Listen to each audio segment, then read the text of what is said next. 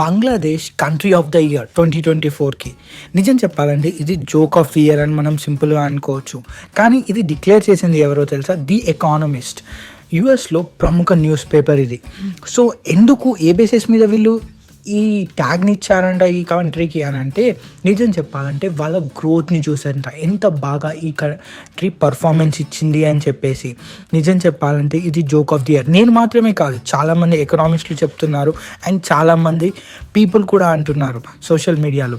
ఇప్పటికే బంగ్లాదేశ్లో rice crisis జరుగుతుంది, ఫుడ్ క్రైసిస్, చాలా వరకు ఇంపోర్ట్స్ని అడుగుతుంది, అది కూడా డిస్కౌంటెడ్ రేట్కి. నిజం చెప్పాలంటే టోటల్గా ఇది కాకుండా గవర్నమెంట్ ఏదైతే డెమోక్రటిక్గా ఎలక్ట్ అయిన గవర్నమెంట్ ఉందో దాన్ని స్టూడెంట్ ప్రొటెస్ట్లు అనే చెప్పేసి ఒక బ్యాక్ డోర్ ద్వారా నిజం చెప్పాలంటే గవర్నమెంట్ని టాపల్ చేశారు, అది కూడా ఆర్మీ సపోర్ట్తో. అండ్ ఇదంతా కూడా చేసింది ఎవరు?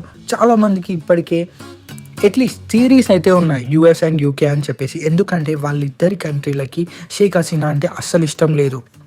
అండ్ అక్కడ ఒక పప్పెట్ ప్రైమ్ మినిస్టర్ని పెట్టారు నిజం చెప్పాలంటే.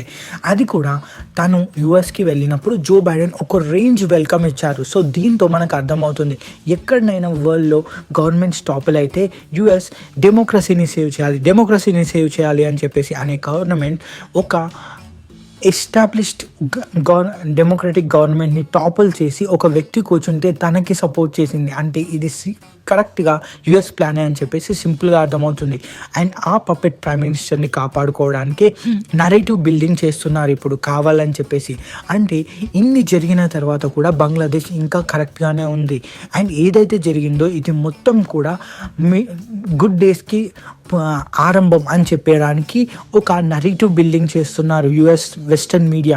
అండ్ ది ఎకనామిస్ట్ మాత్రమే కాదు, మిగిలిన న్యూస్ పేపర్స్ కూడా US based and UK based ఏవైతే న్యూస్ పేపర్స్ ఉన్నాయో అవి కూడా బంగ్లాదేశ్ని కొత్త ప్రైమ్ మినిస్టర్ని యూనెస్ని ప్రమోట్ చేస్తున్నాయి. అండ్ యూనెస్ ఏం చేస్తున్నాడంటే ఇండియాలో ద మోస్ట్ వాంటెడ్ టెర్రరిస్ట్ ఎవరైతే ఉన్నారో, అలాగే ఇంటర్నేషనల్ రికగ్నైజ్డ్ టెర్రరిస్ట్ ఎవరైతే ఉన్నారో వాళ్ళందరినీ కూడా రిలీజ్ చేస్తున్నాడు ఈ గవర్నమెంట్. ఈ రిలీజ్ చేసిన తర్వాత ఏం జరుగుతుంది? వాళ్ళు ఇండియాకి బార్డర్ దగ్గర నుంచి వచ్చి అటాక్ చేయొచ్చు, లేదు అంటే వరల్డ్లో ఏ ప్లేసెస్లోనైనా అటాక్ చేయొచ్చు.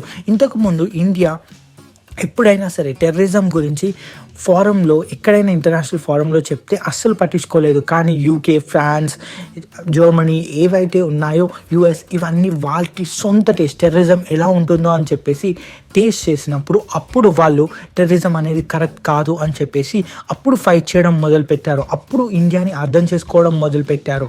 అండ్ దీన్ని మన ఈ యొక్క ఎవరైతే డిప్లొమాట్స్ ఉంటారో, ఇంతకు ముందు డిప్లొమాట్స్, వాళ్ళు క్లియర్గా చెప్తున్నారు, మీరు యునెస్కి సపోర్ట్ చేస్తున్నారు, ఇలా వైట్ వాష్ చేయడానికి చూస్తున్నారు అండ్ టోటల్గా నరేటివ్ బిల్డింగ్ చేయడానికి, ఇది ఎప్పుడో ఒకప్పుడు మళ్ళీ మిమ్మల్ని హార్మ్ చేయడానికి వస్తుంది అని చెప్పేసి ఇండియన్ ఎనలిస్టులు ఎవరైతే ఉన్నారో వాళ్ళు క్లియర్గా చెప్తున్నారు.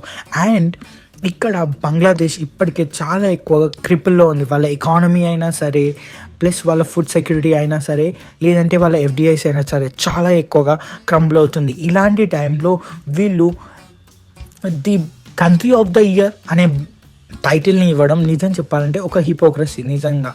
అండ్ ఇది ప్యూర్లీ నరేటివ్ బిల్డింగ్.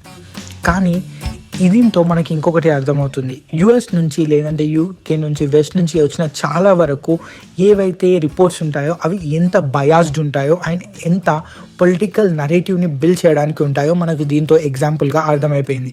అండ్ మీరేమనుకుంటున్నారు? నిజంగానే Bangladesh the country of the ఇయరా? మీ ఒపీనియన్స్ ఖచ్చితంగా కామెంట్ సెక్షన్లో చెప్పండి. Thank you. See you in the next video.